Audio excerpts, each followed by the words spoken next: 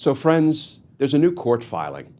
In Donald Trump's criminal case in Washington, D.C., the case in which he is indicted on 4 felony counts for trying to overturn the results of the 2020 presidential election. And in that new court filing, there is one sentence that holds the answer to the question: will the American people get to learn more about Donald Trump's January 6 crimes before they have to go to the polls on November 5th? Let's talk about that, because justice matters.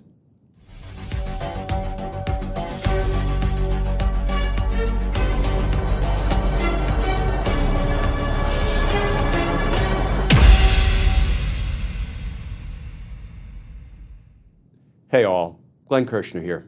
So friends, we have a new court filing in Donald Trump's criminal case in Washington, D.C.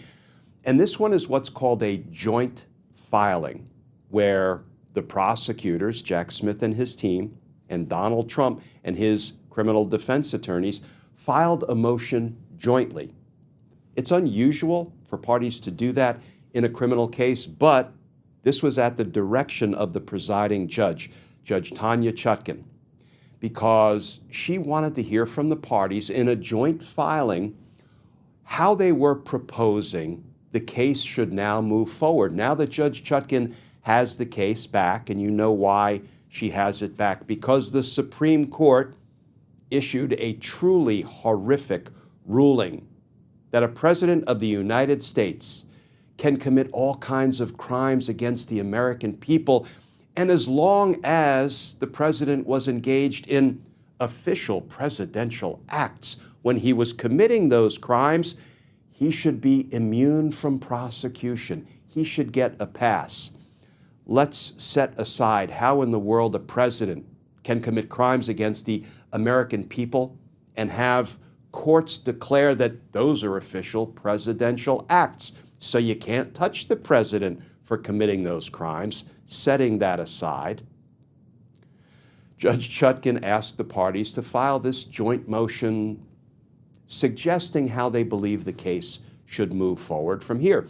Because what Judge Chutkan has to do is decide which of Donald Trump's crimes are official presidential acts such that he can't be prosecuted for them, and which are not. Which are the acts of a candidate, which are the acts of a private person, which exceed a president's official presidential acts. And that's where we are.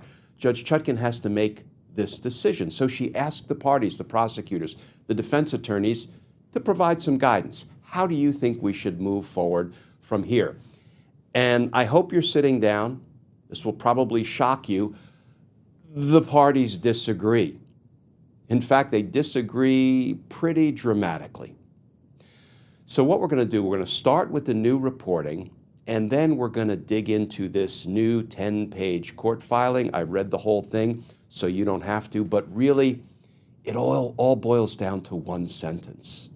And how Judge Chutkan rules on that one sentence will determine whether the American voters get more information about the democracy-busting crimes Donald Trump committed to try to unlawfully retain the power of the presidency after he lost the 2020 election. Seems like information the American people need, deserve, are entitled to.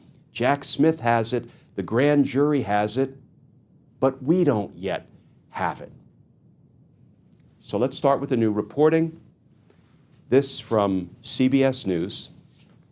Headline: Trump special counsel lay out opposing plans for way forward in federal 2020 election case. And that article begins, federal prosecutors and attorneys for former President Donald Trump presented opposing arguments for how special counsel Jack Smith's 2020 election-related case, friends, that feels like a typo that may have slipped through the editing process, seems like it's a 2020 election subversion case, not just an election-related case. All my editorial edition. How Special Counsel Jack Smith's 2020 election subversion case against Trump will move forward, according to court documents filed late Friday.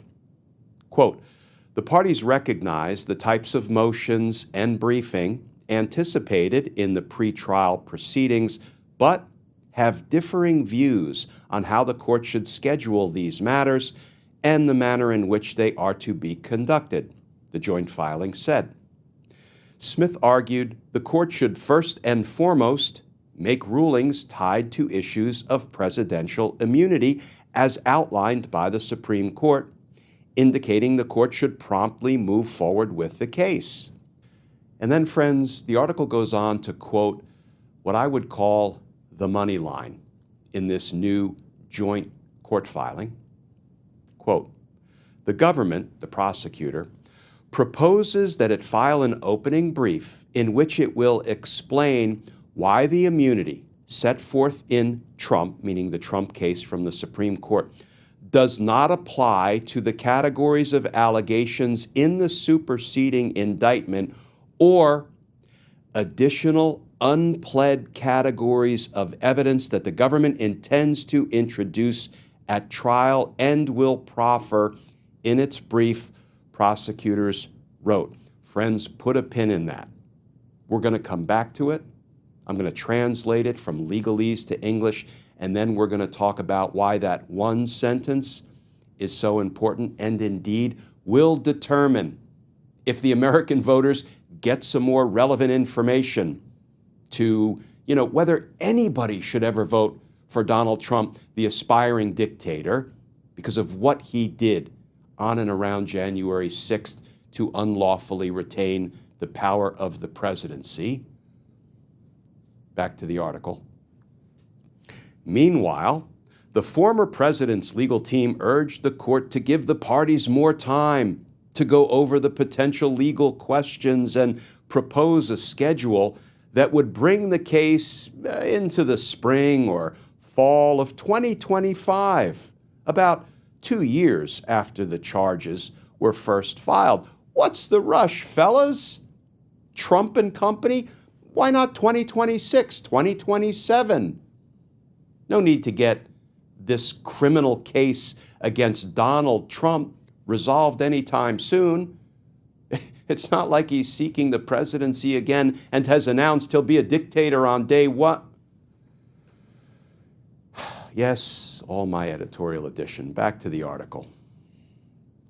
President Trump holds the right to challenge the new indictment and the underlying grand jury process as a matter of law, his team wrote, adding later, we believe and expect to demonstrate that this case must end as a matter of law. The filing responds to U.S. District Court Judge Tanya Chutkan's request for proposals from each side about how to proceed in the wake of July's Supreme Court decision that granted Trump some presidential immunity from criminal prosecution. So friends, first of all, this new court filing, this joint submission by Jack Smith and his prosecutors on the one side and Donald Trump and his criminal defense attorneys on the other, is about 10 pages long. The first 2.5 pages is Jack Smith pretty succinctly setting out how he believes the case should now proceed. And the remainder of the 10 pages, 7 or 7.5 pages, is Donald Trump, through his lawyers, complaining and moaning and kvetching about all manner of nonsense. Donald Trump is considering several challenges. Donald Trump may file this motion. Donald Trump may file that motion, yada, yada, yada. So setting all that nonsense aside, let's focus on really one of the most important aspects of this case and where it stands and how it should proceed. And I think one of the most important aspects is timing. So let's turn back to what I think is the most important and the most telling sentence in the entire 10-page brief on the question of timing. On page 2, Jack Smith says, the government, meaning the prosecutor, proposes that it file an opening brief in which it will explain why the immunity set forth in Trump, the Supreme Court opinion, does not apply to the categories of allegations in the superseding indictment or additional unpled categories of evidence that the government intends to introduce at trial and will proffer in its brief. Friends, what does that mean? Let me translate that from legalese to English. First of all, in the superseding indictment, the new 36-page indictment that the grand jury just handed down against Donald Trump, and can I please urge everybody to read that 36-page indictment because it details much of Donald Trump's crimes and his conduct trying to steal the 2020 presidential election. Please read it before you go to the polls on November 5th. So what Jack Smith is saying there is that new indictment has lots of information about Donald Trump's crimes and conduct. However, much of the information Jack Smith has about Donald Trump's crimes and conduct is, quote, unpled. What does that mean? It's not contained in the indictment. We don't know anything about it yet. The Republican witnesses testified about it before the grand jury. The witnesses know, the grand jury knows, Jack Smith knows about that other unpled evidence of Donald Trump's crimes and conduct, but we, the people, the American voters, don't know about it yet. So Jack Smith says, I will put that other information and evidence about Donald Trump's crimes and conduct that is presently unpled, not in the indictment, I will put it all in the motion. And I'll file the motion because you, presiding judge, Tanya Chutkan, need that information so you can rule on what's official conduct, what's unofficial conduct, what conduct should, have some level of immunity, and what conduct should not have any immunity. So that's what Jack Smith proposes to do. Put all the, as of yet, unpled information about Donald Trump's crimes and conduct in a motion that will be publicly filed, so the court can make an informed decision about all of the evidence that Jack Smith has that he intends to use at Donald Trump's prosecution. And friends, when does Jack Smith want to file this necessary motion so Tanya Chutkan can do what she needs to do? Well, he says, the government is prepared to file its opening immunity brief promptly at any time the court deems appropriate. And what do Donald Trump and his lawyers say in this joint submission about when those briefs should be filed so they can litigate this issue? Apparently, never, because they propose a schedule in this joint filing that takes us all the way through spring-fall of 2025, but they don't say a single word about filing the necessary briefs so Judge Chutkan can litigate the exact issue the Supreme Court returned the case to her to litigate, the presidential immunity issue. Trump and his lawyers say nothing about that in this joint submission, which was designed to set the schedule to litigate this issue. Friends, that's why I say the 7.5 pages of this joint submission from Trump and his lawyers are nonsense. Now, one of the remaining questions is, okay, special counsel Jack Smith said he is prepared to file this motion with this information in it so Judge Chutkan can begin the litigation the Supreme Court told her to conduct. He is ready to do it at the court's discretion whenever the court tells him to submit the brief. So when will Judge Chutkan direct the parties to submit further briefs? Will it be early September, mid-September, late September, early October? When will it be? Thus far, Donald Trump and his lawyers, as ably assisted by a corrupt, radical right-wing bloc of the Supreme Court, have managed to keep all of this evidence buried from the American people, from the voters, about the totality of the evidence of Donald Trump's crimes designed to steal the 2020 presidential election. Will that evidence continue to remain buried, secret, hidden from the view of the American voters? You know, if it does remain hidden, what an enormous benefit Donald Trump will gain in the upcoming election. Does that feel right?